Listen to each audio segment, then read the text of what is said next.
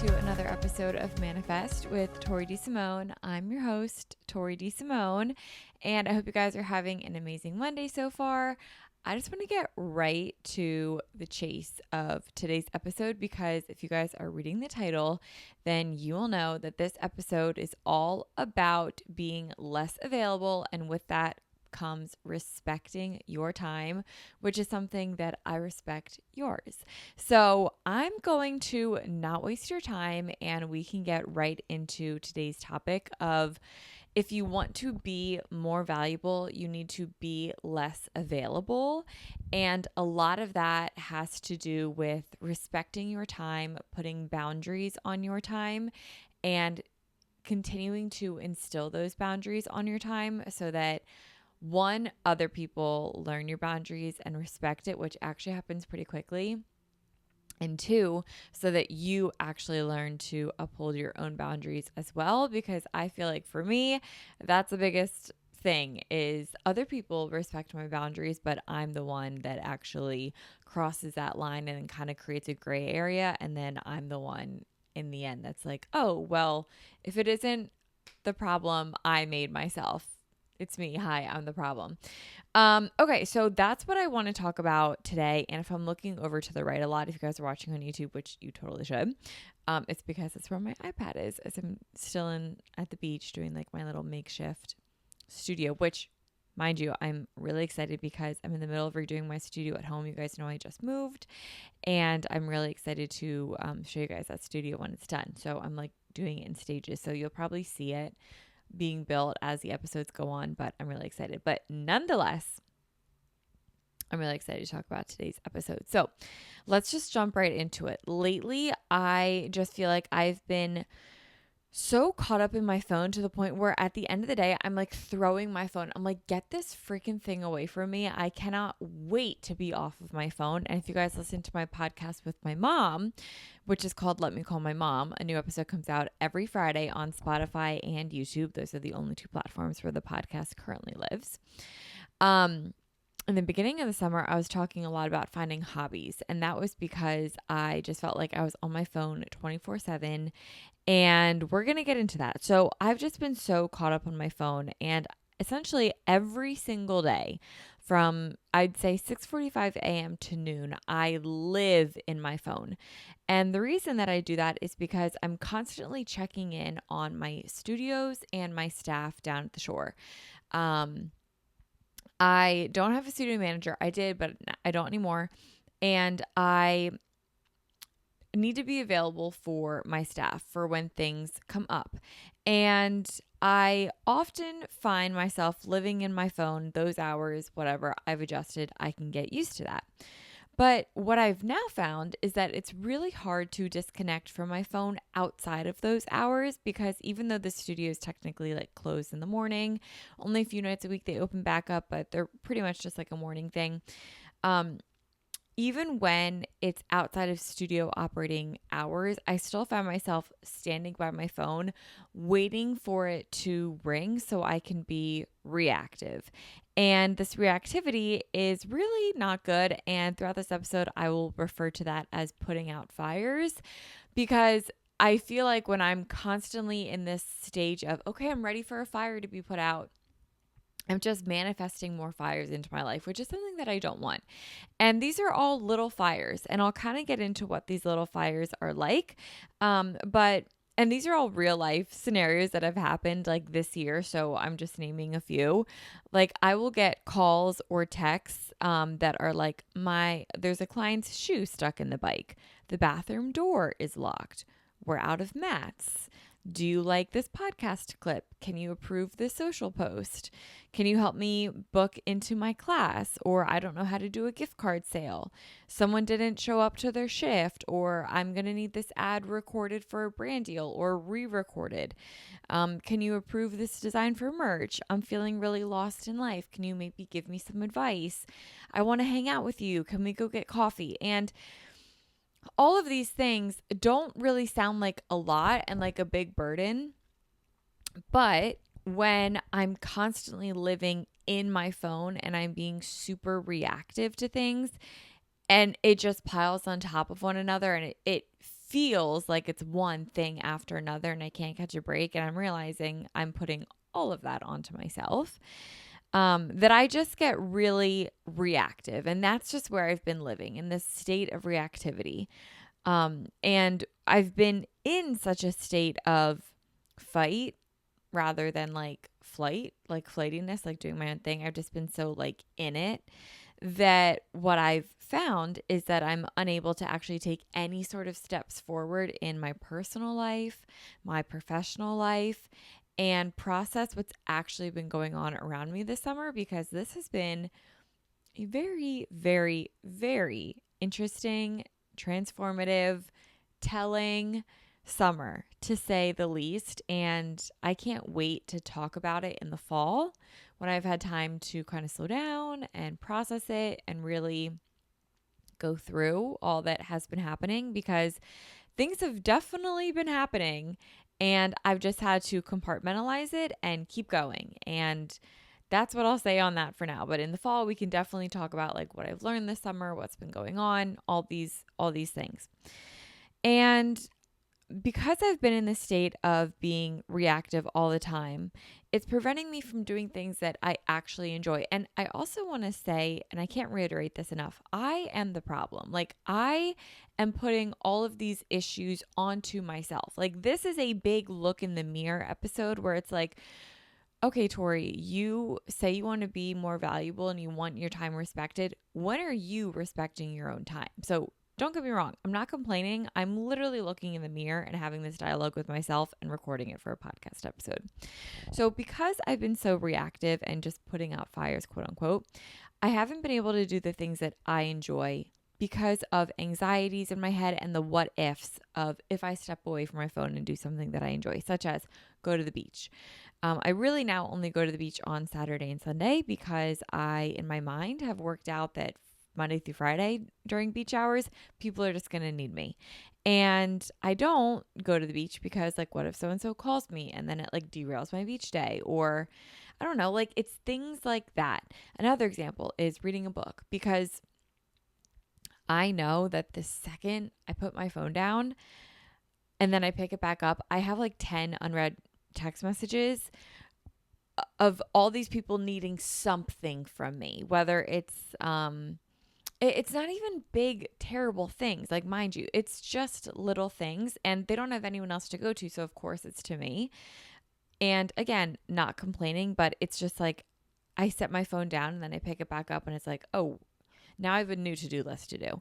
So that's been, something it's just a lot. And then the third is something that I don't do that I would love to do is meditate, because that's in the morning, and I love to meditate in the morning, and the morning is when I just like get up and I go and I do the best that I can to find a good morning routine for me. And I'll kind of talk about that in a little bit as well. Meditating, because I meditate in the morning, and then when I meditate, it's just so hard to drop into the meditation and remove myself from this like putting out fires, quote unquote, place of being. And that's not really fun, because then I just feel as though I'm manifesting putting out fires into my day, which is the last thing that I want to do. And that's also where I've been listening to a lot of podcast episodes about morning routines. And I know I talk about them a lot, but really now more than ever, I'm just relying on this very simple morning routine that I have that really works and helps a lot for me. But it's just building a good foundation that's stable and steady that I know I can rely on regardless of what happens in the day. And I also really am the most dramatic person in the world, making this sound like I have a very stressful job. In relation to other jobs, I have a very low stress job. I truly, truly do. And for that, I'm super grateful. It's been absolutely incredible this year. I adore these studios with everything in me, but it is just a lot. There's a lot of people to manage. There's a lot of clients to manage. There's 3 locations, one of me. I wish I could be at all 3 at once. I can't be. And with that, it's just a lot. And that's really all that it is. But comparatively to other jobs, it's probably nowhere near as stressful or demanding as a lot of other jobs. And that I totally recognize. So please remember just to take everything I say with a grain of salt, and that none of this is complaining, just simply a look in the mirror. So I even get the innocent messages of like, hey, I haven't seen you in a while. Let's go get coffee and catch up. But in my perspective, it's also like, hey, I haven't even seen myself in a while. So I literally don't even have the time to sit with you and like update you on my life because I don't even know what's going on in my life. Like seriously. So it's kind of just been a lot of this, of just like, I just even need a break myself. So I'm realizing two really big problems in all of this. Number one, I have conditioned myself and others to believe that I am always available for them. And number two, my phone is the root problem of all of this. Okay. So let's go back to number one. I have created an environment in my business to where I say to my staff all the time, if you have any questions at all, call me. And I do genuinely mean that. Like when my staff will reach out with questions, I never get annoyed with them because I do genuinely want them to learn the answers so that next time they know the answer moving forward and then they don't need to call me. And I also always want to be there for them. Like I want them to know that I'm never going to be mad at them when they call me, that like I'm here for them. And I think that they do know that.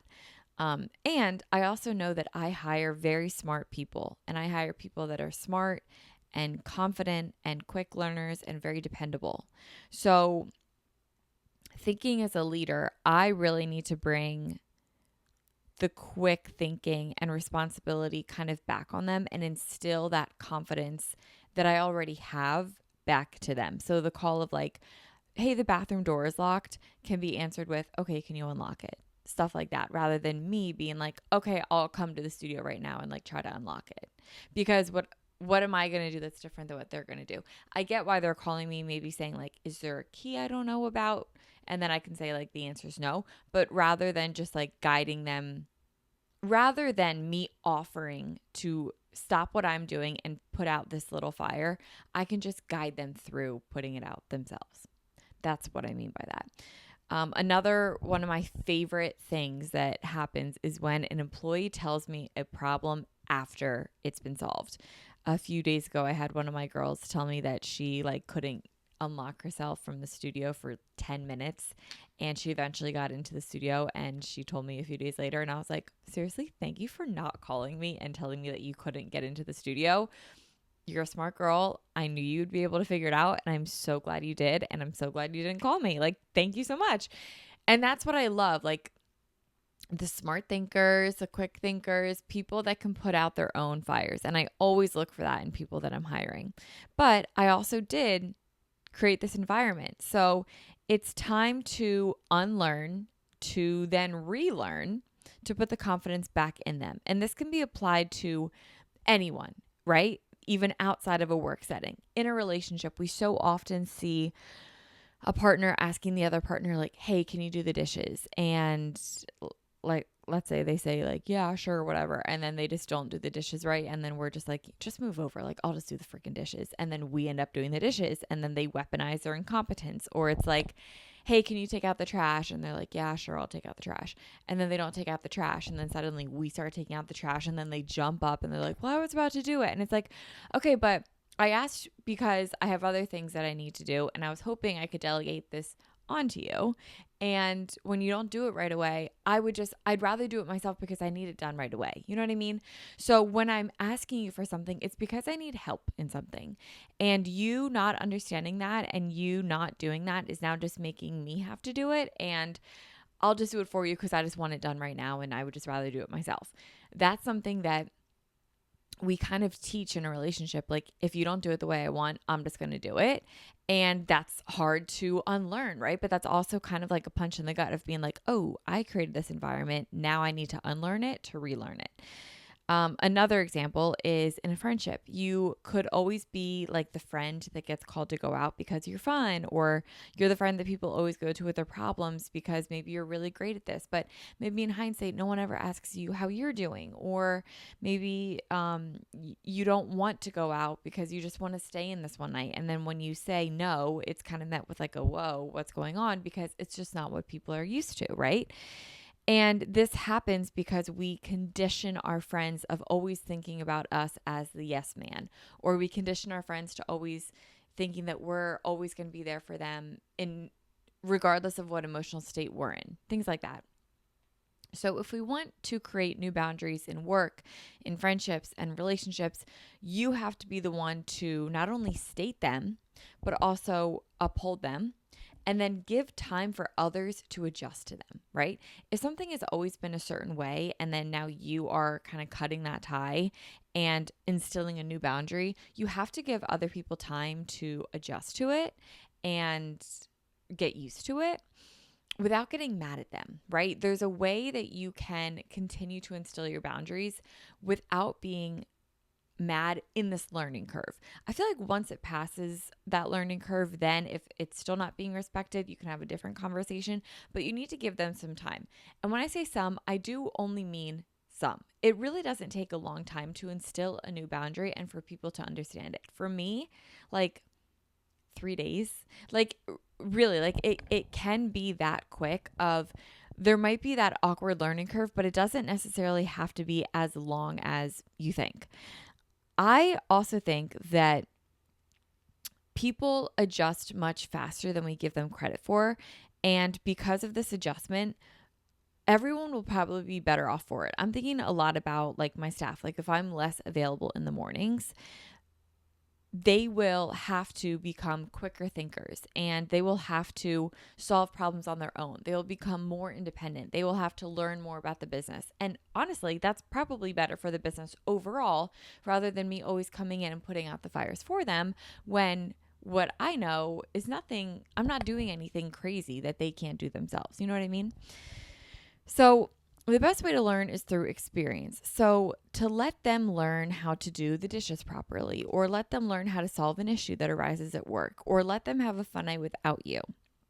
And then when you do eventually reconnect and dedicate time to your work and to your team and to your friendships, to your relationships, you can meet them with praise and you can meet them with gratitude and you can meet them with confidence for being independent and for being smart rather than being resentful for taking up your time with questions that they could have figured out without you. You see how this kind of switches the difference between now the two?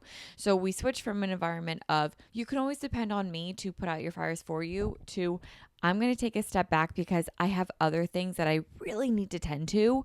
And now that creates an environment of, I believe that you can figure out a problem. If you really can't figure it out, you can give me a call, but I know you can do it. And when it is resolved, I'm going to give you a lot of praise and a lot of gratitude. And now you've learned something from that experience.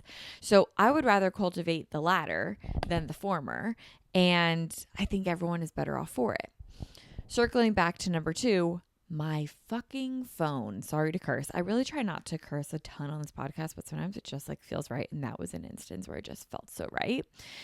Because I'm always on my phone, I find myself available all the time and way too reactive. Like I check my phone so much. It's so stupid. I'm like, does anyone text me? Does anyone need me? Da da da. And a lot of the times it's just to put out the anxiety of what if someone needs me, right? A lot of times I'll just check my phone, see that I have a text, read the text, determine that I don't need to answer it right now, and then I get to it later. So what if I just turned off the part of my brain that was like, but what if you got a text? But what if you got a text? Shut up. Who cares if I got a text? If I'm unavailable to answer a text message, what's the difference going to be if they know I read the text or not? Like, I don't even have my read receipts on. Do you know what I mean? I find myself just being way too available all the time. And it kind of makes me want a Razr phone again because my phone just gives me so much anxiety. Yesterday, for example, I just felt like I was waiting for a call all day, all day, all day. Never happened. And eventually I took matters into my own hands, called the call I was waiting for, got sent a voicemail. I was like, okay, there's literally nothing I could do at this point. I put my phone away And I went downstairs and I was only away from my phone for 3 hours. And when I tell you guys, it was the best 3 hours of my freaking life. I was talking more. I felt like I opened my eyes to the world again. Like I just felt like such a better human being. And I was like, I need to get away from my phone. My phone is actually driving me insane. So I wrote the script last night, and as I was writing it, I started to write it like at night, and I wrote it in my journal to begin with pen and paper, not on my notes app, and that was really nice. And then I eventually did switch it over to my notes app, but I couldn't really see so well, so I needed a flashlight. So what did I do? I pulled out my phone, and I used my phone flashlight. And as I'm doing it, I'm like, I freaking hate that I have to use my phone for a flashlight. I just want to go old school and have a flashlight again. And then I need to set my alarm clock. So I set my alarm on my phone, and I was like, I am so glad that I took advantage of the Amazon Prime Day and I ordered a Hatch, and it will be here very, very soon. And I can't wait because I will have a regular alarm clock again, and I won't need to rely on my phone, and I won't need to like wake up to my phone and see my phone first thing in the morning when I wake up. I'm so excited. And I wanted to, then I'm doing all this stuff on my phone last night, the flashlight, the alarm clock, and then I wanted to check the class rosters for the next morning. So I open up my work app, and then all of a sudden I'm like, maybe I should just check my text, make sure everything's good, check my emails, make sure everything's good, make sure my Spotify is queued up for tomorrow morning's walk with like my podcast, all this stuff. And all of a sudden I'm just like, oh my God, in this 1 minute that I've been on my phone, my brain has been to 50 different destinations. And it's all because I have the world at my fingertips. That is not normal. Okay, this is not normal behavior. It's exhausting to talk about and think about. But here's the thing that really gets me.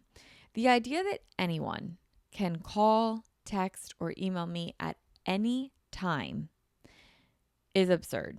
But what's even more absurd is that I am now expected to respond is even more crazy. Think about that. Just because you want my time does not mean that you are entitled to it, okay? Just because you have my phone number, have my email, does not mean that when you decide to reach out on your agenda, I have to now respond. Just because you want to get in contact with me does not mean I have to respond to you. That does not mean that. Just because you want to check in doesn't mean I need to answer you and tell you about my life when I don't even tell myself about my life. You know what I mean? Like, I don't even have time for me, so why would I tell you? And this is like, obviously to my good friends that are listening to this, you're probably not, but to my good friends that are, you obviously know that this is not about you. It's for the very random people that one-off will text me like, hey, like, how are you, checking in? And it's like, oh, I don't even have your phone number saved. You know what I mean? Like, it's things like that. Or a lot of times I get stuff like, I just want to run something by you that's a business opportunity. Either like, I want to pick your brain on it, or is it something you would be interested in? I'm flattered, but just because you want to run it by me doesn't mean I have the time for it right now, or that I have the brain capacity for it right now. I appreciate being wanted, and I appreciate that you value my insight, but I'm not entitled to give it to you just because you want it. You know what I mean by that? Continuing onward, just because you call me doesn't mean I need to call you back. There are definitely people that when they call me, I will always call them back. But just because you have my number doesn't mean I'm always going to call you back because you wanted to call me in those instances. Just because you are reaching out to me at your convenience does not entitle you to derail my day with my time on my agenda. Okay? If I want to respond and see benefit in responding, I totally will. Otherwise, your desire to be in communication with me is really none of my business. And frankly, it's not my problem. And that brings me back to the title of today's episode. If you want to be more valuable, you have to be less available. And I've learned this lesson from a few things. One of them is actually The Bear, okay, on Hulu. And I'm going to talk about that in a little bit. But another one is from people that are quote unquote bad texters. And when I say bad texters, I'm using air quotes. When I say bad texters, what I mean by that are people that you reach out to and they will respond to you like the next day, maybe 2 days, 3 days later. And what I've learned from them is that they value time away from their phone. And because of that, I respect them so much more for it. And I can think of 2 people right now off the top of my head who I know that when I text them, I will get a response in like maybe 6 hours if they're feeling quick that day, but typically it's going to be a day at least. And I respect the hell out of it. And I'm envious of it. And I know that now when I text them, I don't expect an immediate response. And if I get one, I'm kind of like, whoa, kind of crazy. What's going on here? You know what I mean? And then on the flip, I can think of 5 people off the top of my head that when I text them, I know I'm going to get a response right away. And you know what? When I text them, I tend to always sort of think to myself, they'll answer because they always do. And like, what else are they doing with their time? Which is such a horrible thing to think, but it's how I've been conditioned, not only with our communication, but just like with the past. You know what I mean? Like every single time I answer them, I know I'm going to get a response right away. And if I don't, it's always met with, I'm really sorry, I was doing da da da da da da da da. And look, I'm really understanding. Like, I'm not going to sit here and be like, I don't have to respond to anyone just because they want to reach out to me. And I feel the same way. Like when I reach out to people that are outside of my normal circle of business or friends, and if I reach out and I don't hear back, I don't take it personally because I know that they're busy. They value their time. They're doing something else. They're working. They're enjoying their life. They're not living on their phone. Like it's not a normal thing to live in our inbox, to live in our phone. And I respect that. And I admire that. I envy that. It's something that I really admire in someone, right? So this is not like a one-way street. It's absolutely a two-way street of I see you and I respect you. And I need to do a little bit of that some more. So let me say this. What is the difference between the two, the good texters and the bad texters? The first group is less available, so I value their time more because they valued their time more. It's a really wild concept, and I feel like hairdressers are a really great example of this. I see hairdressers right now in July posting that they are booked out until September, October even, and they're saying like it's time to start booking for the holidays now because they get really, really busy and those slots will fill up really quickly. When I book an appointment with my hairdresser, I know his time is really limited and really valuable. And I'm really grateful to be in his chair because he is not available 24/7. He has set hours, he has set days, and he has very set policies. If I cancel within a certain time, if I miss the appointment, or if I need to reschedule within a certain amount of time. I value his time, as does he. And he is not at my beck and call, and I respect his time because of it. He's very firm in this is when I work, this is when I answer text, this is when you can cancel, this is what happens if you cancel outside that window. These are my policies, you take it or leave it. I love that. I respect it. He respects his time, I respect his. It's a mutual respect. It's a two-way thing because he's so firm in his boundaries. Dating. They always say that you want what you can't have, right? And isn't it always so that the guy who isn't available, we tend to want more, right? Like we see that in the movies, or like maybe you've experienced it in the past when we say like, oh, like, do they want to go out or do they want to hang out? And they never do. It's like, oh my God, I want you so bad. But then whenever you have the guy that is super nice and he's always available, you're just like icked out and you're like, oh, he's always available. Like, it's just so gross. Like he's always available. He's always available. He's always available. So it's so funny that that's how it works, but it just is. Like the people that are a little too available, we tend to overlook. And the same goes for your time. Let's talk about The Bear, which is the show on Hulu that I'm obsessed with. I just finished season 3 yesterday, and Carmen is so obsessed with his time, and I love it. He wants absolutely no one to waste his time, and a very reoccurring thread and theme that was going on all season 3 was every second counts. And it truly does. Every second of your day counts. And what you actually spend your time doing is totally up to you. But if your time is as valuable as you say it is, which I'm here to tell you it is, And that's regardless of how you spend your time. Your time could be valuable to you spending it on the beach. It could be valuable to you reading a book. It could be valuable to you building a company. Like, it doesn't matter what you do with your time. How you choose to spend it and how you instill a boundary and respect your time, that's up to you. And it's up to you to respect your own time. I'm not going to tell you how to spend your time because that's truly a decision that you have to make. But regardless of how you spend it, choosing to be choosy with your time, where it's allocated, and who gets to touch your sacred time must be held to the utmost standard. Your time is sacred, and trust me when I say I'm learning a lot this summer, and I really can't wait to share what's going on like behind the scenes and like what I'm learning and all that sort of stuff. It's been a really, really, really wonderful summer. But if I'm learning anything, if I'm learning anything, the hardest thing that I've had to do this summer is protect my time and uphold my standards and my values with protecting my time. Because if you don't, who in this world do you expect to respect your time? If you don't even respect your time, who do you expect to? And that means who gets access to you? Who gets access to your time? What gets access to your time? And if you are constantly just waiting to be reactive and put out a fire, you're not even respecting your own time. How you choose to plan out your day, map your day is all up to you. And how you choose to live your life is 100% your decision. I'm never going to sit here and tell you how to live your life or what you do with your time, but I will encourage you to be the one to uphold the standard of your time and to make yourself less available to others that are being needy of your time and choosy of your time and picky of your time. You always have the choice. And that's another thing that I've really definitely learned this summer.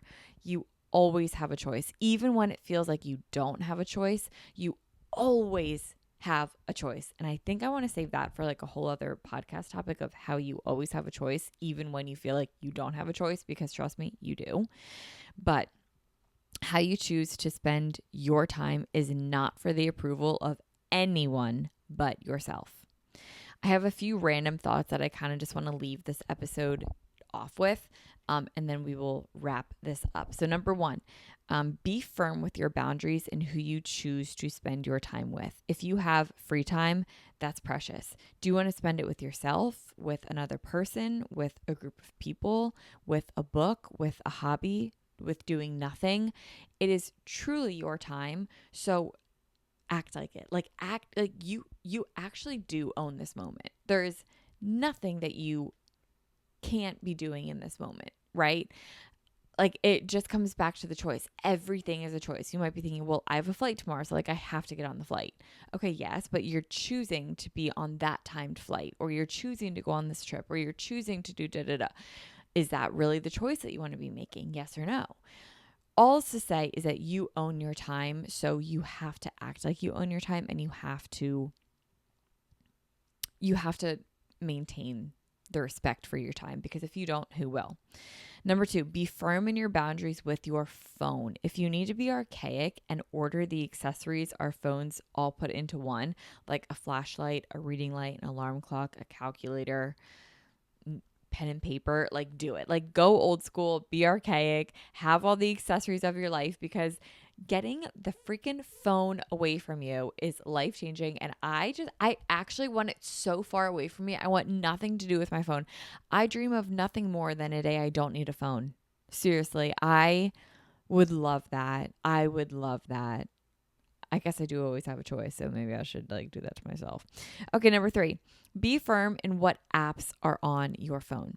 If having email on your phone is way too tempting to look at, delete it. Just keep it on your laptop. I find it helps when I go to check my Gmail app. I always ask myself, am I ready to begin working right now? Because seriously, like, whenever I open up my Gmail app, if I see an email that requires an immediate response, I'm immediately drawn out of the present moment, and I'm locked into this like fake universe of email on my phone. And now I'm like, okay. And suddenly I'm working, and I'm like supposed to be at dinner with a friend, and I'm just like, oh, hang on, I just have anxiety in my head. Let me just look.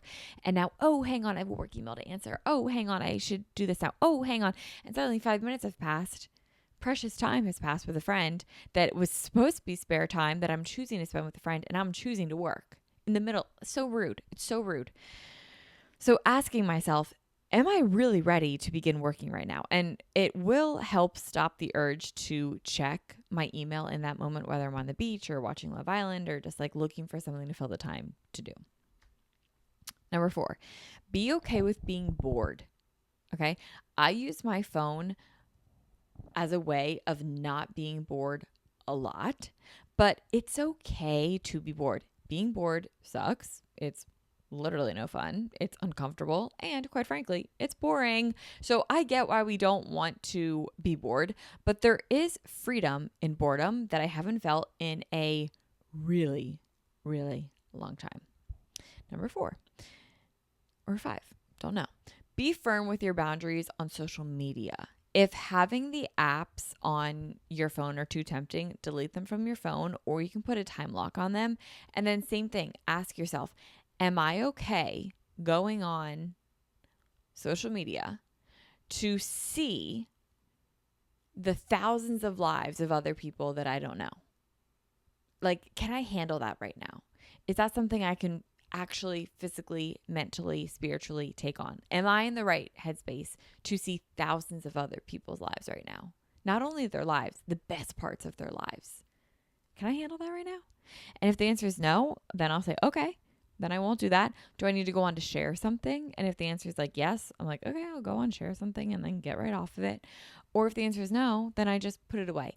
Asking myself that question and being really real with myself definitely helps in the moment of, do I need to be going on Instagram or am I just bored?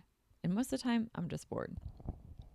Or like today, I was waiting for an acai bowl and I was like, I don't really know what to do. So like, I guess I can go on my phone. But then I just like look down and I just like, I don't want to be looking down. Like our poor necks. Like I just want to be looking up, shoulders down. Like I'm so bored waiting for my bowl. But you know what? It's better than looking at Instagram and like being an antisocial freak in the world, because that's all we ever do. Like it's all I ever do anyway. Is like I have my head buried in my phone. Like look up. I need to like look up. You know what I mean? Okay, finally, last one. Set office hours throughout the week. I love this one. This is to answer texts, emails, and review any sort of phone calls. This can be once a day. It can be 3 times a week. It can be 2 times a month. But these office hours are a dedicated time to just answering what's on your phone, email, calls, whatever it might be. Schedule them in your planner, in your agenda as literally office hours, and then commit to them like a meeting. And it's really up to you how often you choose to be reactive to others. But just remember that a text from someone else asking something from you will most likely require an action from you, and that will then make you have to do another follow-up to them. So just make sure you're giving yourself in these office hours enough time to begin someone else's to-do list that they expect you to do.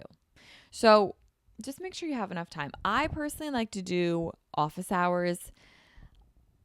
I'll try to do like 30 minutes a day so it doesn't get too crazy piled up, so where I have like anxiety about it, but just so I feel like I have a good range and like overview of my day and what I need to do for people or what people need from me or things like that.